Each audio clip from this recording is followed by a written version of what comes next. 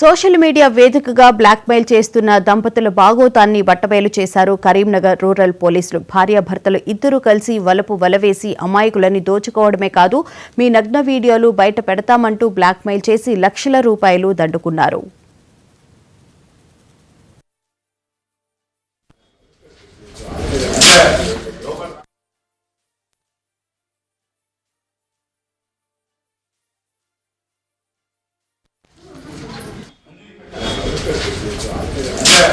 లోపల రాగానే door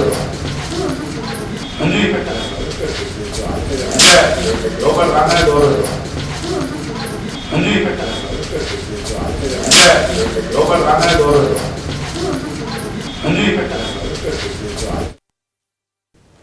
Karimnagar rural మండలం ఆరేపల్లి శ్రీ సాయి నివాస్ అపార్ట్మెంట్లో ఉండే భార్యాభర్తలు ఇద్దరూ కలిసి వలవేసి అమాయకులని లొంగ తీసుకుని అందిన కాడికి దోచుకోవడం, డబ్బులు ఇవ్వకుంటే బ్లాక్మెయిల్ చేయడం, వచ్చిన డబ్బులతో అపార్ట్మెంట్, కార్ ఈఎంఐలు కట్టడం చేసేవారు.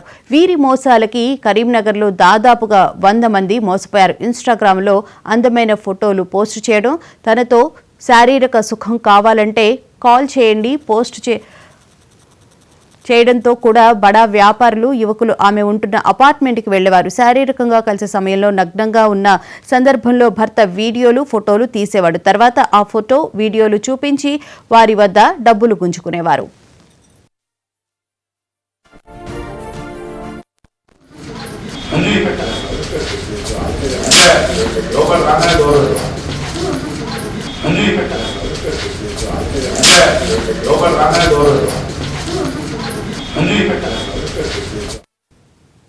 ఇటీవల కరీంనగర్లో ఓ వ్యక్తి వారి మాయలో పడి ఉన్నదంతా పోగొట్టుకున్నాడు. దాదాపు 14 లక్షలు దంపతులకు ముట్టచెప్పాడు. అయితే గత కొద్ది రోజులుగా అతడు తన దగ్గర డబ్బులు లేక రాలేదు.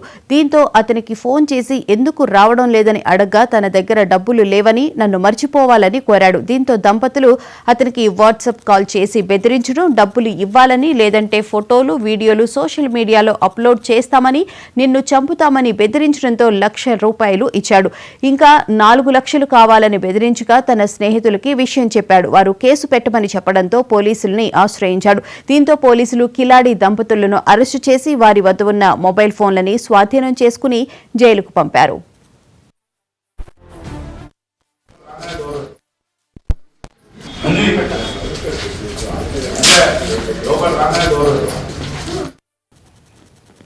ఇక ఈ అంశానికి సంబంధించిన పూర్తి వివరాలను మా ప్రతినిధి రామకృష్ణ అడిగి తెలుసుకుందాం.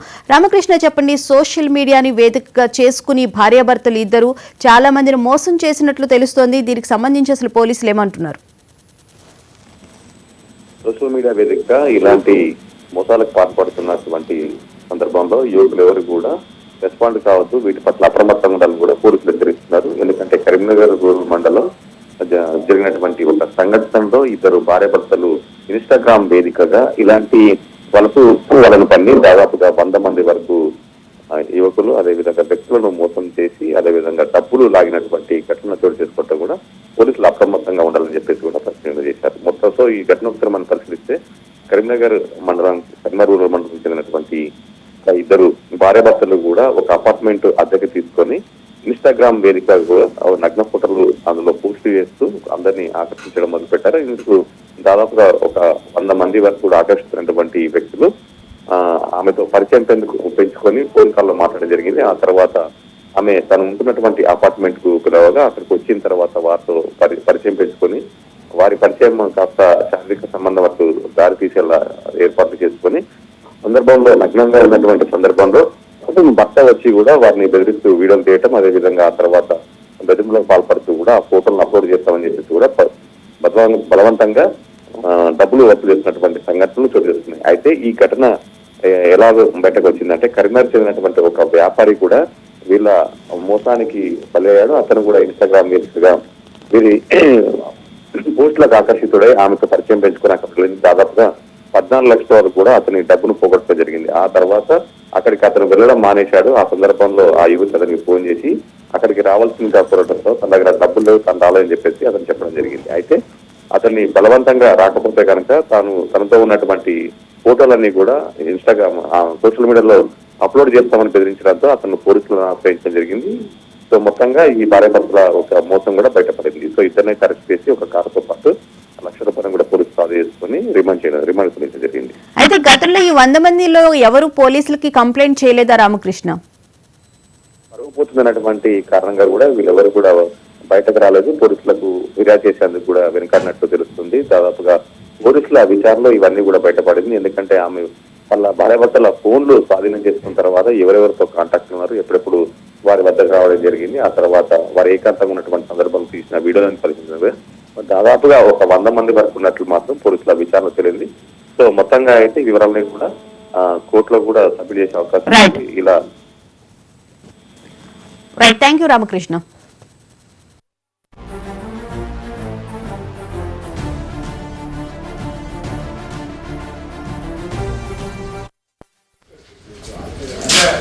లోపల రాగానే డోర్